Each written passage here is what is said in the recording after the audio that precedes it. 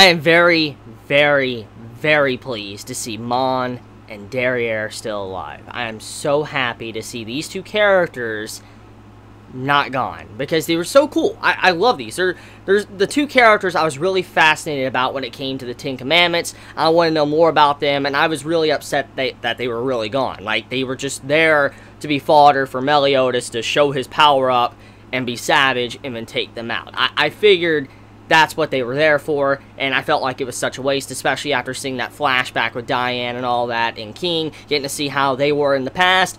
I'm glad to see that they're not gone, and they will be relevant in the future of Taizai. So just very good news overall, just for that scene alone in this episode. So with that being said, let's talk about what this chapter is about.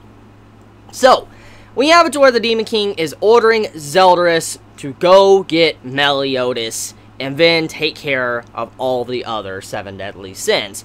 Easier said than done. Let's just be real here. Even though Zeldris is, you know, the executioner, he is the person that has the power of the Demon King, there's just no way he could probably take down all of the sins, especially if Ascanor gets back up. There's just no way. Merlin's also broken too, to some extent, so it's easier said than done. However, though, the big thing here is that with him initiating and going out to try to, you know, get Meliodas, but also get rid of the 7 deadly sins, we have it to where he tries to contact all of the 10 Commandments. It's kind of like a status update, seeing what has happened in this arc, and see how many has fallen, how many are still alive. And so we have it to where Garen, you know, how he is, you know, he's incapacitated. He's completely stone. He's a stone statue thanks to what Ascanor did to him. He's still there. We get to see an image how his statue is still intact, so there is potential possibility he could eventually come back, so that could happen eventually. We also have an update status on what's going on with, you know, Scylla to, you know, Grey Road. They're in test tubes and all that, what, you know, Merlin's been doing to them, experimenting and stuff, so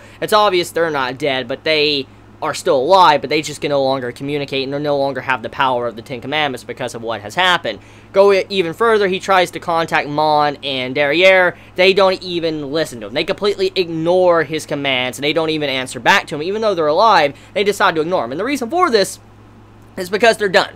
They're done. They're wiping their hands clean of the big fight that's been going on between the Demon Clan, the Goddess Clan, the Giants, and Fairies, and Humans. They're wiping their hands clean with it. They're done, because they've been through so much. They have, you know, fought and given so much for, you know, basically almost nothing, and Meliodas and Elizabeth have saved them multiple times, and then once again Meliodas spared them again just recently, and that is why they're alive now, and they're like, you know what, we've brushed with death so many times, I give up. I just want to chill and not have to worry about anything anymore, and that's kind of what they're doing. So they have basically detached themselves from the 10 Commandments. They no longer want to be a part of it. They don't want to be a part of the Demon Clan and just follow their orders. They want to do their own thing, which is really sweet, because Derriere and Mon's relationship, I've loved the relationship, and I've loved to see how they're kind of like, you know, something's going on there. We know something is definitely going on there when it comes to relationship, and I like to see how these two care for each other so much, and now that they're just chilling out in the middle of nowhere in like a cottage, it's pretty entertaining. Speaking of chilling out in the cottage, apparently this girl, which I'm assuming is a human, she is there chilling with these two, which is very strange in a way, because when you think of, you know, the demons of the 10 Commandments, obviously they've been taking down a lot of humans. They've been killing people. So seeing them chilling with a human like it's nothing and treating her nice and all that, it's pretty interesting, especially seeing how she was willing to give Derriere her clothes. That was, I gotta admit, I'm really surprised how they are interacting with her and haven't done nothing to her at all. It does show that they don't harbor a lot of hatred for humanity, and that they're trying to make, you know, some actual good change for themselves as a, you know, better people. And that's what we clearly see with their scene. So with that being said, we move over into Estarossa. So Estarossa, he's in a coma. It is confirmed now, it is officially confirmed with this chapter, unless it's a translation error. But it is officially confirmed so far that Estarossa, he is in a coma. So he is not dead, which, okay. It's not a problem, honestly. It's not. Because Estarossa as a character, there's just so much about him, to the way he looked. He looked like Meliodas' wanted poster, to just the way his fighting style was, his commandment, just everything about him, the way he was built up and all that, and what he did to Elizabeth, and when he was looking at the dreams and stuff, it makes you wonder, like, there's just no way that could be the end of his character. You know, Escanor would wipe him out like that. And I know in some ways, Nakaba-sensei, and many of us thought that Nakaba-sensei is using Estarossa as the way to build up Escanor to show how OP he is. In a way, he still did that.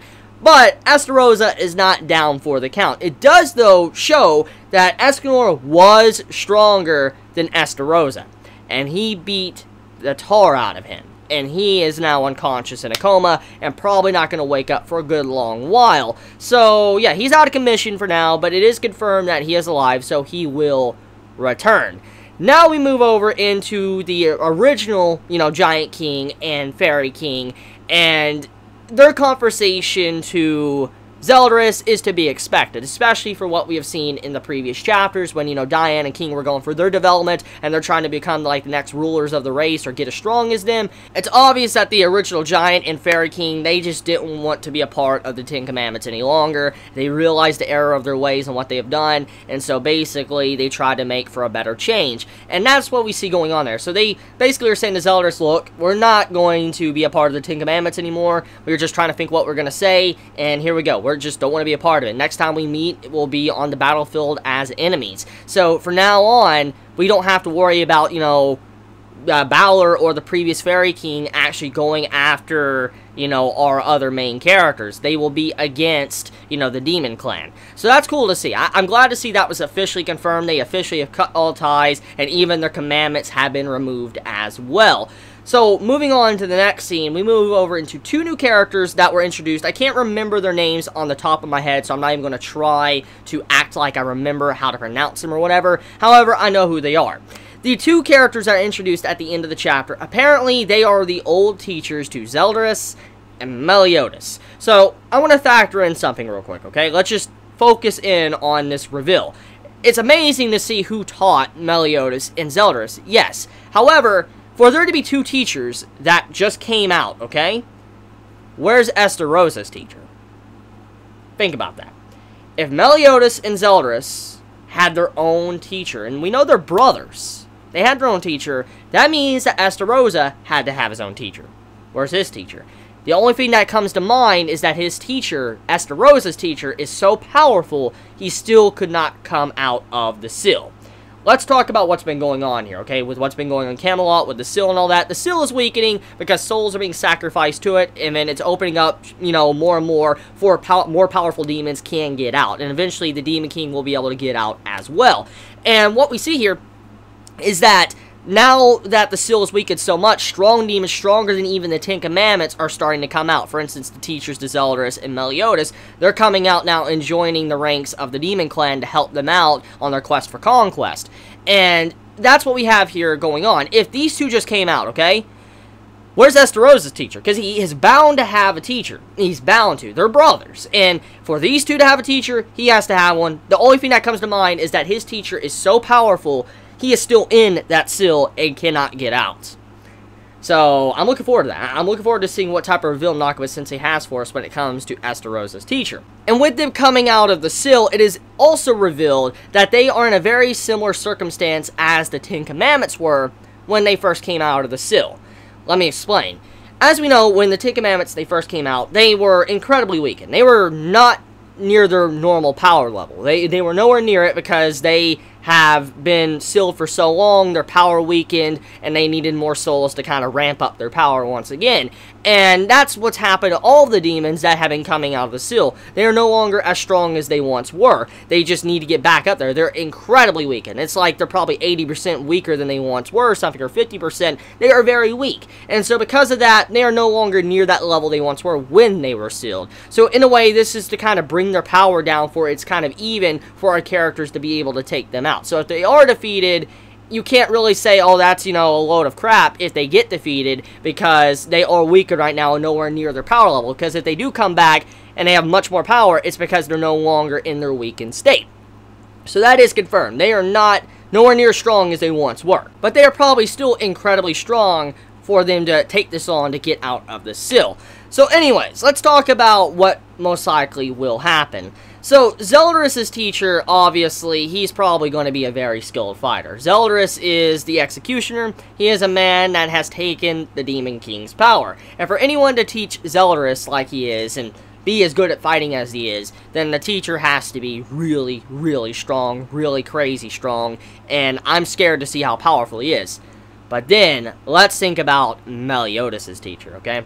Meliodas is supposed to be the next Demon King. He is supposed to be the next Demon King. And so, if that is actually a thing, then that would mean that the person that taught Meliodas taught him everything to be that strong, made him to get that strong. So his teacher, Meliodas' teacher, is probably going to be very, very scary. I'm actually scared to see how powerful Meliodas' teacher is, because knowing how Meliodas is, this teacher had to fight with Meliodas to train him.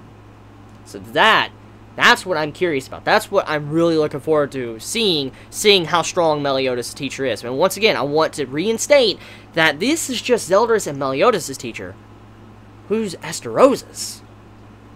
So, besides that, my theory, I'm just going to take a little bit of a, crackpot theory.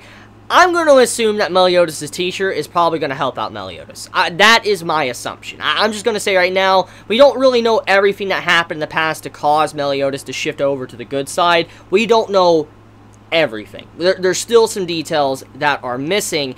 I could definitely see Meliodas' teacher playing a big role in that, and maybe he's not really that bad of a guy. Maybe actually will seem evil at first or whatever, but then he will help out and he will set Meliodas straight to put him down the proper path. I could definitely see something like that. I can definitely see Meliodas' teacher turning against the Demon Clan and helping out Meliodas and all that. That's definitely something I could see.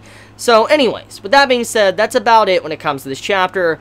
Let me know your thoughts in the comments below. How do you feel about this chapter? Did you enjoy it? Did you hate it? Let me know your honest thoughts in the comments below. Thank you so much for leaving a like. Thank you so much for leaving a comment. And thank you so much for supporting me on Patreon. It helps me out a lot. And you all have a wonderful day or night wherever you live. Please be safe. Chibi out.